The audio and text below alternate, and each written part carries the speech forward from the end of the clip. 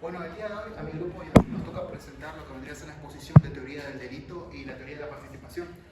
Bueno, como es sabido, la teoría del delito en sí consiste en el conjunto de 5 elementos que son sumamente importantes. ¿Por qué? Porque nos van a permitir a nosotros poder ver si una conducta es aplicable una sanción. Estos 5 elementos se encuentran conformados por, número 1, como dije, la conducta, la tipicidad, la antijuricidad, la culpabilidad y si es punible o no. Ahora, estos elementos en sí tienen que ser estudiados de manera exhaustiva para uno poder enjuiciar o incriminar a una persona que puede llegar a ser un potencial inocente. Es por eso que es muy importante y que la dogmática nos enseña esto. Muy bien. Pasamos ahora por el otro lado también de lo que vendría a ser la teoría de la participación. A diferencia de la teoría del delito, la teoría de la participación es sumamente importante. ¿Por qué? Porque va a tomar en base la teoría del delito, para medir los grados de participación de una persona con una determinada conducta. Es por eso que una persona que haya tenido más participación debe ser enjuiciada de acuerdo a las acciones que hayan tenido y no otra persona que haya sido un cómplice, que bien como su nombre lo dice, si bien no es la mente maestra del acto delictivo que se haya llevado a cabo, debe ser enjuiciada de acuerdo a las acciones que haya cometido, dependiendo el grado. Ese es el punto eje de la teoría de la participación. Por otro lado, la teoría del delito también nos habla sobre el tema de las pruebas. En sí, las pruebas nos van a poder ver el elemento clave de las personas que están trabajando ahí. Muy bien, ahora va a pasar mi compañero Gabo a realizar la siguiente explicación. Un pequeño repaso de lo que dijo mi compañero Andrés. Lo que sería el concepto básico de lo que es la participación se refiere a la contribución de una persona en el acto del delito que se ha cometido por otras personas. Se podría dividir esto entre el autor, cómplice, instigador, y antes existía lo que era el autor mediato, que fue derogado y ahora solamente queda instigador. Como fundamento legal, esto se respalda en el Código Penal, en el artículo 20, 21, que fue derogado, 22 y 23, donde se habla sobre la participación de los autores. También se habla sobre el artículo 24 de la incomunicabilidad, que según no importa cómo haya sido su participación, se les juzgará de acuerdo al grado que se haya cometido el delito. Podemos evidenciar que existe, ya como ya he mencionado, grado de autor, cómplice, ahora instigador. En lo que estaría el autor es el sujeto que cometió directamente el delito, y el cómplice es la persona el cual ha contribuido a este acto de manera, podría decirse, cooperativa con el autor, o ayudándole en otros tipos de ámbitos para que se efectúe el acto doloso. También está lo que es el instigador, que mediante otras personas busca cometer un delito sin tener que relacionarse directamente. Esa es la explicación del problema. Bien, continuando con el tema respecto a la inducción y cooperación necesaria, tenemos lo que vendría a ser la inducción, que también se le denomina como instigación. El concepto básico se da que cuando una persona, es decir, que con intención convence a determinada persona, a un sujeto secundario, a cometer un delito. Sin esa influencia, el delito no habría sido cometido. Esta conducta se encuentra tipificada en el artículo 23 del Código Penal, en el que establece que el inductor es considerado también autor mediato, porque sin su influencia el delito no se habría dado o no habría existido. Los requisitos para calificar principalmente esta conducta se dan en la voluntad determinante, el conocimiento idóneo y la relación causal.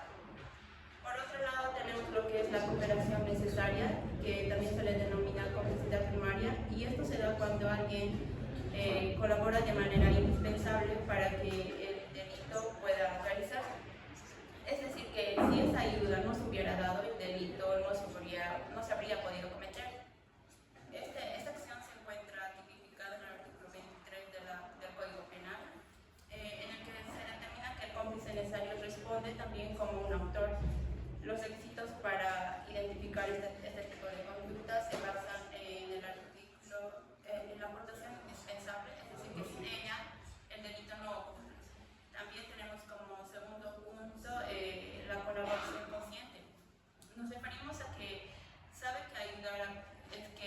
persona es consciente de que está ayudando a cometer un delito. También tenemos el de la vinculación directa, que la persona que le está induciendo a cometer el delito tiene conexión directa con el hecho principal o con el delito que se busca cometer. La diferencia esencial que podemos identificar entre ambos es que el inductor, en este caso el de instigación, no ejecuta el delito, pero determina a otro a hacerlo. En cambio, en el de complicidad, no idea el delito, pero pone un elemento indispensable para su ejecución, como proporcionar alguna herramienta para un robo, un tornillo y cosas así.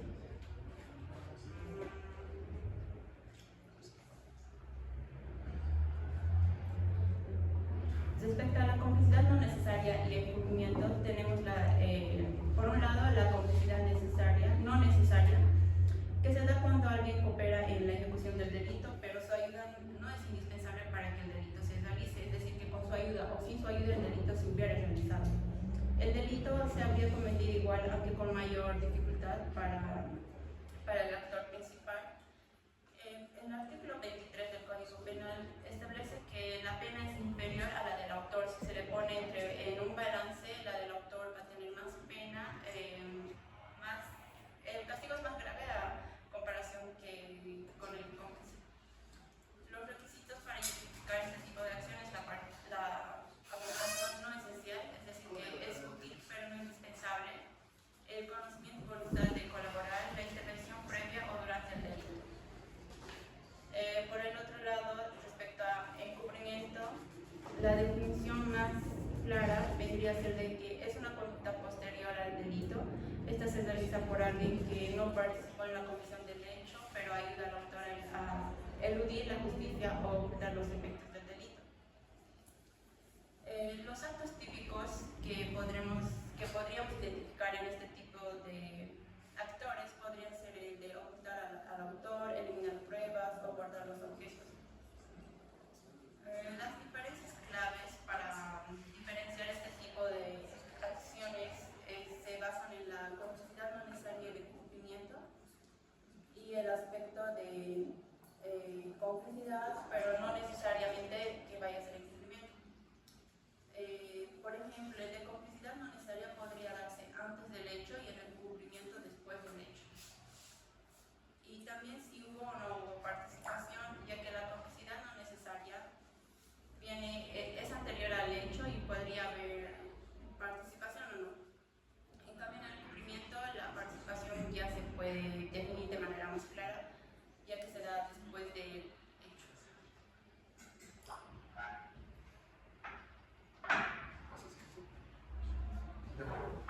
Bueno, como ya habló mi compañera, ha hablado más que todo con el tema de la normativa. Ahora vamos a pasar un poco más que todo con el tema de la aplicación. Si bien yo al principio he dado una exposición sobre más que todo el tema en general, ahora toca hablarlo más a profundidad. En sí, la teoría del delito busca en el marco, encuadrar en sí en el marco conceptual en base a los 5 elementos, como ya había mencionado, con la tipicidad. Si la tipicidad aplica dependiendo de la conducta de la persona. Es por eso que yo mencionaba al principio que debe encuadrarse al tipo penal. ¿Para qué? Para buscar de esta manera, si puede poder redimirse ante la autoridad y aplicarle la sanción punible. Eso incluye más que todo cárcel, o puede ser también mediante multas de pago que se realicen. La antijuricidad, como bien mencionaba el licenciado hace unos momentos, la antijuricidad se aplica dependiendo de los estados que puede haber en el momento del hecho. No es lo mismo equiparar a una persona que golpea a alguien en la calle sin que haya ocurrido un hecho delictivo anterior. A eso se le puede decir estado de necesidad o estado de emergencia, está la legítima defensa, entre otros más. Es por eso que ese tipo de conducta le permite eximirse de alguna sanción aplicable. Por otro lado, también tenemos la culpabilidad. En sí, mide el grado de la participación, si la persona participe del hecho y si puede llegar a ser imputada ante la misma. Siempre y cuando, como es sabido aquí en Bolivia, tiene el lado finalista. Es por eso que va a buscar siempre la finalidad del hecho que haya ocurrido. Siguiente, por favor. Muy bien, tenemos los elementos subjetivos. Con elementos subjetivos, esto es clave decir que tiene que haber dolo, eso es una de las ramas, o puede haber culpa, que eso también es otra rama. Con dolo nos referimos al conocimiento de la misma. Con la culpa nos referimos a que no hubo una intención concreta para cometer el hecho. Por otro lado, también tenemos el elemento refiere a la contribución de los materiales del momento del hecho. Y lo inmaterial es al hecho delictivo. En sí, el elemento del objeto busca la naturaleza y el alcance de la misma. Por ejemplo, también busca también en otro lado la protección de determinar la participación, como bien mencionaba mi compañero, la de autoría, la de complicidad, o mismo puede ser un inductor o un instigador. Muy bien, serían los elementos prácticos. No es lo mismo un asalto bancario que un fraude económico. Esa es una pregunta muy importante que debemos hacernos para ir más o menos diferenciando. En un asalto bancario ahí va una persona, puede ser la persona que puede cometer con intelecto y físicamente. A eso se le puede decir a un actor directo, porque es la persona que ingresa y va con el arma de fuego a tomar el dinero. Un comprador es una persona que te puede esperar afuera con el vehículo de huida. Por ejemplo, también tenemos un cómplice necesario que puede ser una persona que trabaja dentro del establecimiento. Y también tenemos un cómplice no necesario, que puede ser una persona que te puede prestar una gorra, un disfraz o mismo también un escondite en algunos casos. Tenemos también un fraude electrónico que, a diferencia de un asalto bancario, acá no repercute tanto con el tema de la seguridad de las personas. No es lo mismo una persona que va y te asalta con una arma que una persona que te roba, pero mediante dispositivos electrónicos. Ahí se va a encargar un perito informático para poder revelar quién fue. En cambio, en un asalto bancario, la persona encargada o perito va, de pronto, si hubo disparos de un arma de fuego, se va a encargar de ver el tema, o si hubo muertos quizás, se va a encargar de ver el tema de si hubo pólvora en el lugar del hecho, si alguno de los cadáveres que está ahí adentro puede ser de la persona que haya cometido el acto delictivo, entre muchos factores que se puedan llegar a dar, ¿verdad? Muy bien, ahora va a pasar mi compañero Chayapa a dar las últimas palabras y las conclusiones. Como conclusiones, la teoría del Estado se refiere a que deben concurrir ciertos elementos como el Senado de teoría del delito, tipo de felicidad, antijudicidad, culpabilidad y punibilidad para que la acción humana sea considerada como un delito. Quiero que les mencione los diferentes elementos, o sea, lo puedo ampliar. Tomamos teoría de la autoría y teoría de la participación. Sí, en conclusión general, que todos, digamos, los elementos deben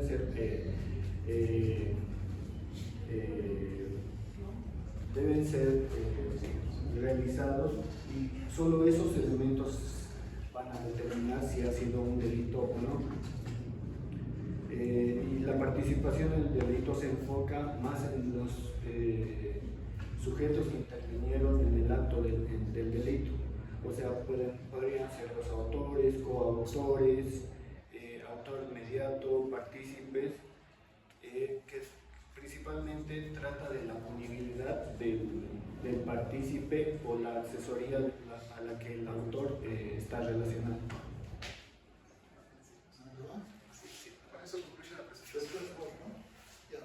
Pregunta grupo 1. Una consulta, doctor. ¿Puedo parar el video o también la ronda de preguntas? ¿Quiere que Apague su video.